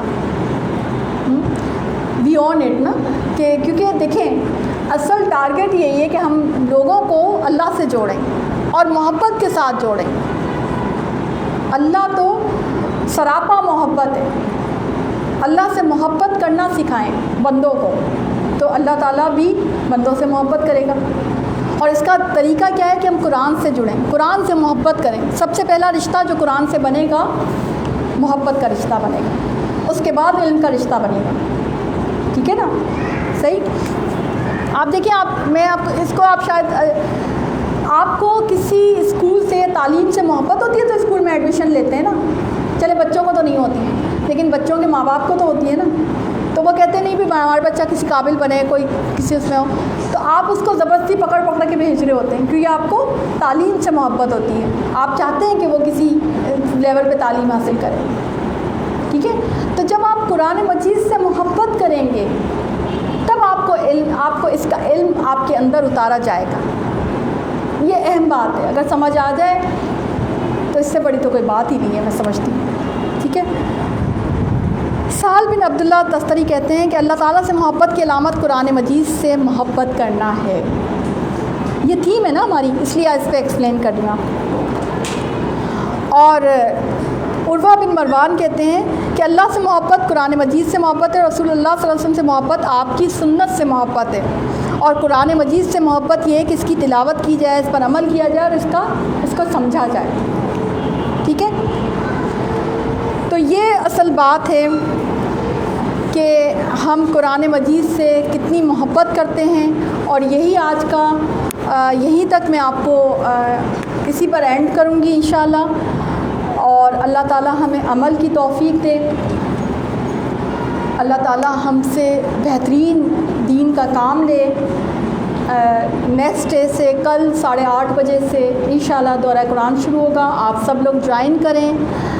پیج کا جو لنک ہے وہ اسی انویٹیشن میں موجود ہے. اکثر لوگ مجھے الگ سے بھی لنک پوچھ رہے ہوتے ہیں، تو اسی انویٹیشن میں، جو کہ انویٹیشن آپ کو پہنچ چکا ہے، اسی انویٹیشن میں، اور جو یہاں والے ہیں وہ بھی ان کو بائی ہینڈ بھی مل جائے گا. تو اس میں پیج کا لنک موجود ہے مدرسۃ الہادی کا. باقی ڈسکرپشن اسٹوڈنٹس نے ڈال دی ہے. یوٹیوب پہ اور انسٹا پہ ہر جگہ شیئر ہو رہا ہے. لائیو جائے گا دورہ قرآن انشاءاللہ. اللہ لے گا کام. اللہ سے دعا ہے کہ اللہ ہمیں ہمت دے، توفیق دے کہ ہم بہترین طریقے سے، سب کو اللہ تعالیٰ صحت دے، ہمت دے، حوصلہ دے کہ اللہ تعالیٰ ہمیں کوئی بیچ میں بریک نہ آنے دے. اللہ تعالیٰ ہم سے مکمل دورہ قرآن اچھے طریقے سے کمپلیٹ کروائے. آمین. اور اس میں یہ ہے کہ سب کے سب جوائن کیجیے گا. کوثار آنا کوئی مشکل بات نہیں ہے، کوئی مشکل کام نہیں ہے. حیدرآباد کا حصہ ہی ہے. حیدرآباد سے الگ ٹنڈو آدم نہیں بلا رہے آپ کو، جام شورو نہیں بلا رہے. حیدرآباد کا حصہ ہے کوثار. تو کوثار جو مطلب فزیکلی جو کوثار آ سکے موسٹ ویلکم، اور جو نہیں آ سکتے تو وہ آن لائن اٹینڈ کریں. اور فزیکلی جو کوثار آنا چاہتے ہوں، مدرسۃ الہادی میں پہنچنا چاہتے ہوں، تو فری سوزوکی کا ارینجمنٹ ہے. جو لوگ سٹی سے آنا چاہیں تو ان کے لیے سوزوکی کے 2 اسٹاپس بنا دیے گئے ہیں، ایک بلدیہ سے اور ایک حیدر چوک سے. تو اگر جانا چاہیں تو ٹیم الہادی سے والنٹیئرس کے آپ نمبر لے لیں اور آپ ان سے کوآرڈینیٹ کر لیں. وہ ٹائم وغیرہ کا آپ کو بتا دیں گے، تو آپ کا ارینجمنٹ پورا آنے جانے کا ہو جائے گا. ٹھیک ہے انشاءاللہ. اچھا صحیح. ٹھیک ہے. تو یہ ایک تو آپ کا ارینجمنٹ ہو گیا. اور مطلب مجھ سے آپ پرسنلی بھی آپ ٹاک کر سکتے ہیں. کوئی آپ کو کوئی مسئلہ ہو تو آنے جانے کا اتنا بڑا مسئلہ ہے نہیں. ٹھیک ہے. تو انشاءاللہ جس کا بھی صرف یہ مسئلہ ہے تو وہ تو سالو کروا دیں گے. باقی آپ لوگ اور تو کوئی ایشو ہوتا نہیں ہے. اور اس کو مشکل نہ سمجھیں, اللہ سے دعا مانگے کہ اللہ تعالیٰ ہمیں اس رمضان میں بہترین طریقے سے عبادت کی توفیق عطا کرے, روزے بہترین طریقے سے ہمت عطا کرے. اللہ تعالیٰ ہمیں ایک روزے ہم اچھے طریقے سے رکھیں. اللہ تعالیٰ ہمارے ملک پر اپنا کرم کرے. اللہ تعالیٰ ہمارے ملک کو شاد و آباد رکھے. اللہ تعالیٰ پاکستان کو تا قیامت قائم رکھے. اللہ تعالیٰ ہمارے ملک کو ہمیشہ ترقی دے, شاد و آباد رکھے.